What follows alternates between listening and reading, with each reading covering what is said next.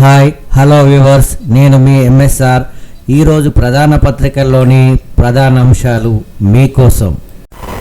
ఓట్ల కలకలం, ఓటు కోత ఎవరి కుంప ముంచేనో రాజకీయ పార్టీల కలవరం, కాంగ్రెస్, బీఆర్ఎస్, బీజేపీ, ఎంఐఎం మధ్య కొత్త ఓటు లెక్కలు.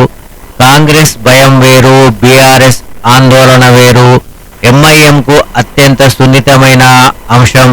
సర్తో బీజేపీ చేతిలో రెండు అస్త్రాలు. ఎవరు ఓటు బ్యాంకుకు ఎంత ముప్పు అన్న అంశంపై లెక్కలేస్తున్న రాజకీయ పార్టీలు. ఆగస్టు 17న ముసాయిదాతో అసలు రాజకీయ చిత్రం బహిర్గతం. హైదరాబాద్లోనే తీవ్ర ప్రభావం. 73.5 లక్షల ఎంట్రీలపై ఉత్కంఠ. తిరిగి రాని ఫారాలు 73 లక్షలు.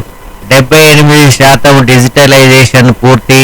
ఆచూకీ తెలియని 11 లక్షల మంది వివరాలు. మరణించిన 9 లక్షల మంది వివరాలు తొలగింపు. సీఈఓ రేవంత్ బ్రదర్స్ అక్రమాలు. ఎస్ఆర్ఆర్కు 5 ఎకరాల కేటాయింపు. అక్రమాలపై విచారణ చేయాలి. పెట్టుబడి 1,00,000, గిట్టుబడి రూపాయలు 200 కోట్లు. సోదరుల సంస్థకు నిధులు. మీడియా సమావేశంలో బీఆర్ఎస్ వర్కింగ్ ప్రెసిడెంట్ కేటీఆర్. అందరి లెక్కలు తేలుస్తాం. ఎస్ఆర్ఆర్ కంపెనీకి సీఎం సోదరులకు సంబంధం లేదు. మీ హయాంలో ముడుపులు తీసుకొని ఇచ్చారా? ఇంతవరకు మాకు ఆలోచన లేదు. ఇకపై మీ బూట్ కేటాయింపులపై విచారణ జరిపిస్తాం. బీఆర్ఎస్ ఎప్పటికీ అధికారంలోకి రాదు. ఇష్టాగోష్ఠిలో శ్రీధర్ బాబు. అంతటా వారే అయితే అనర్థమే. ఇనుముల కుటుంబీకుల లాబింగ్పై జోరుగా చర్చ. పదవులకు దూరం, అధికార జోక్యం. వ్యవహారం ముదరక ముందే నియంత్రించాలంటున్న రాజకీయ వర్గాలు.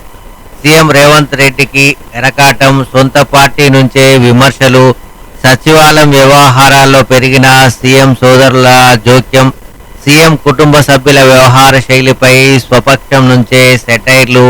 విపక్షాల విమర్శలకు తోడు అధికార పార్టీ నుంచి బహిరంగ వ్యాఖ్యలు. బ్యూరోక్రాట్లతోనూ ఇవే గుసగుసలు.